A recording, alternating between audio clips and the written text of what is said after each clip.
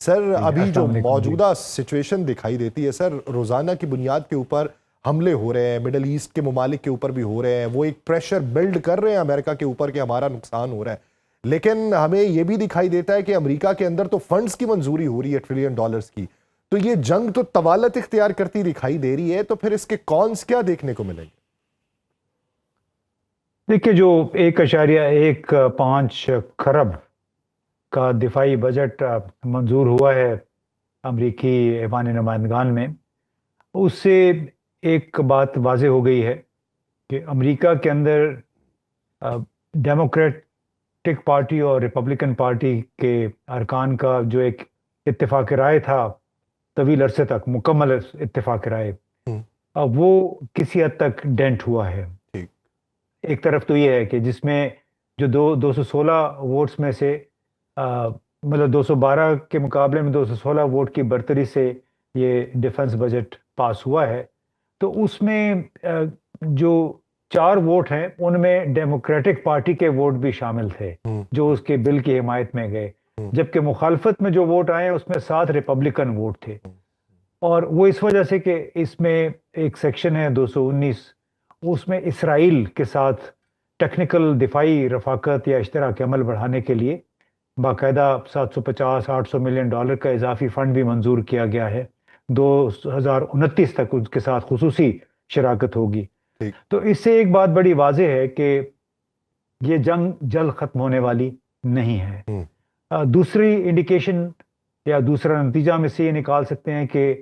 امریکہ کی مشرق وسطیٰ کے بارے میں اور ایشیا کے بارے میں پالیسی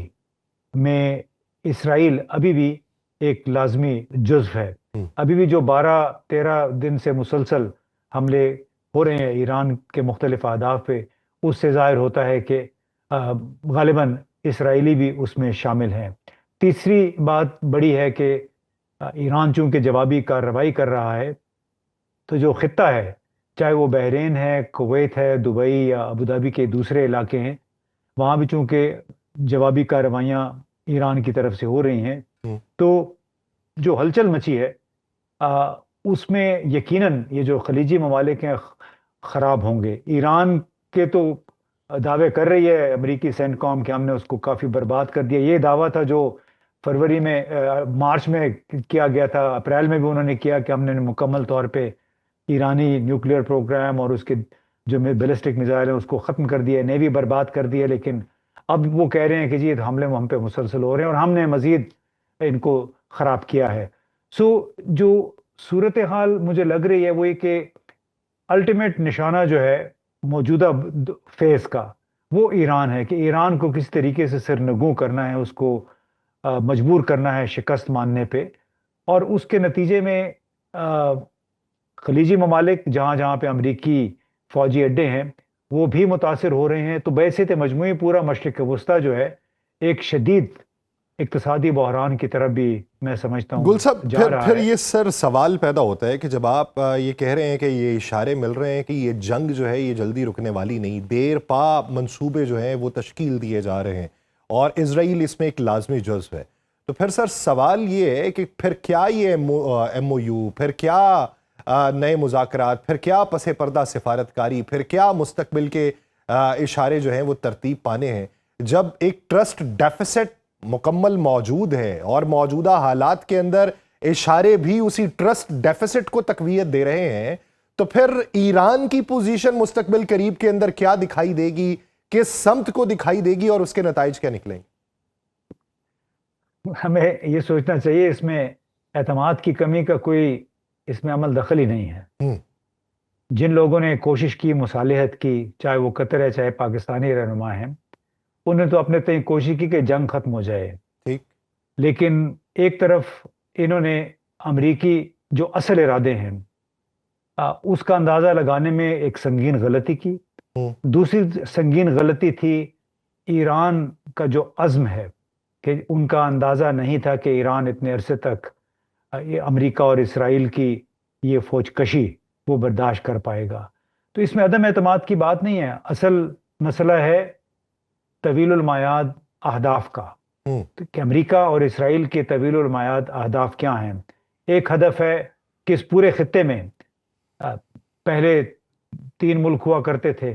عراق، پاکستان اور ایران۔ ہوں، اب عراق پہ تو انہوں نے قبضہ کر لیا بالواسطہ طریقے سے، ایران پہ قبضہ کرنے کی کوشش ہو رہی ہے، پاکستان کو انہوں نے ساتھ ملا لیا ہے، اور شاید ہمارے لوگوں نے اسی وجہ سے ان کا ساتھ بھی دینا شروع کر دیا کہ یہ بلا جو ہے کہیں پاکستان کی طرف اس کا رخ نہ ہو جائے۔ تو واحد جو ملک رہ جاتا ہے وہ ایران ہے۔ ایران ابھی تک قائم و دائم ہے، اور اسرائیل کا یہ خیال ہے کہ جب تک ایران مضبوط رہے گا تو چاہے وہ حزب اللہ ہے، چاہے وہ حماس ہے، چاہے حوثی باغی ہیں یمن کے، وہ اس کے لیے خطرہ بنے رہیں گے۔ تو لہٰذا جو لانگ ٹرم جو تصویر ابھر کے سامنے آتی ہے وہ بنیادی طور پہ یہی ہے کہ ہر حالت میں انہوں نے ایران کو نیچا دکھانا ہے۔ وہ ممالک جنہوں نے ثالثی کی کوشش کی ان کا اپنا بھی کردار، میں سمجھتا ہوں اس پہ سوالات اٹھ گئے، جو میں نے کہا کہ ایک سنگین غلطی تھی امریکہ کے جو ارادے ہیں ان کو نہ بھانپنا اور ثالثی کی کوشش کرنا، جبکہ ایران کی طاقت کے بارے میں یا اس کے عزم کے بارے میں بھی غلط اندازہ لگانا۔ تو ایران کا تو تباہی تو ہونی ہونی ہے، لیکن اس کی وجہ سے پورا مشرق وسطیٰ، وہ ممالک جن کو امریکہ اسلحہ فراہم کرتا ہے، جہاں پہ امریکی فوجی اڈے ہیں، اب خود اقتصادی ایک بحران کا شکار ہو سکتے ہیں ممکنہ طور پہ اگر یہ چند ہفتے جنگ اور جاری رہی تو۔ اس میں اور بات میں پھر وہی کروں گا کہ اصل مسئلہ ہے امریکی اور اسرائیل کے عزائم، اور ان عزائم کا ٹارگٹ ایک طرف ایران ہے، اور حتمی ٹارگٹ جو بڑا ٹارگٹ ہے وہ پھر چین ہے، کہ کس طرح چین کی جو انرجی سپلائی ہے، چاہے وہ ایران سے ہے، وینزویلا کا تیل تو انہوں نے کنٹرول کر لیا ہے، اور اس طرح دوسرے جو ذرائع ہیں چین کی توانائی کے، گیس اور آئل کے، اس کو بھی کنٹرول کرنا تاکہ چین پہ بھی دباؤ ڈالا جا سکے۔ اچھا گل صاحب، پھر ایک بنیادی سوال سر یہ پیدا ہوتا ہے، آپ نے وینزویلا کا تذکرہ کیا سر، وہ مفادات تو منسلک تھے چائنا کے وینزویلا کے ساتھ، لیکن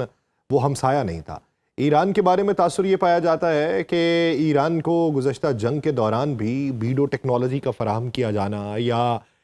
سیٹلائٹ انفارمیشن کا فراہم کیا جانا، یا کسی حد تک پرزے میزل کے منتقل کرنا، یا اس کی ٹیکنالوجی میں کہیں نہ کہیں فیور دینا، یا ڈیفنس سسٹم میں کسی نہ کسی، بے شمار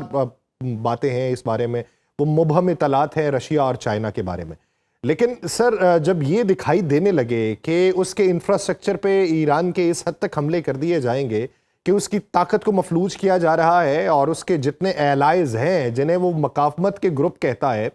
ان کو بھی کسی حد تک کارنر کر دیا جائے گا، تو چائنا کی اس ضمن میں خاموشی کس حد تک رہے گی؟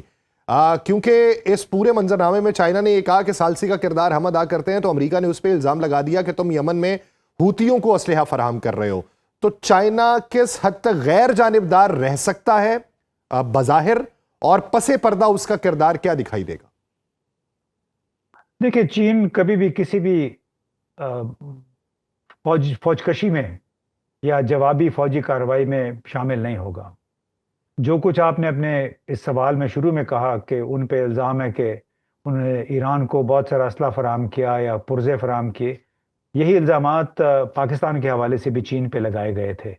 جب پاکستان اپنا نیوکلیر پروگرام بنا رہا تھا، یا جو میزائل بنائے ہیں کہ وہ شمالی کوریا سے لیے اور جنوبی کوریا سے اور چین سے لیے،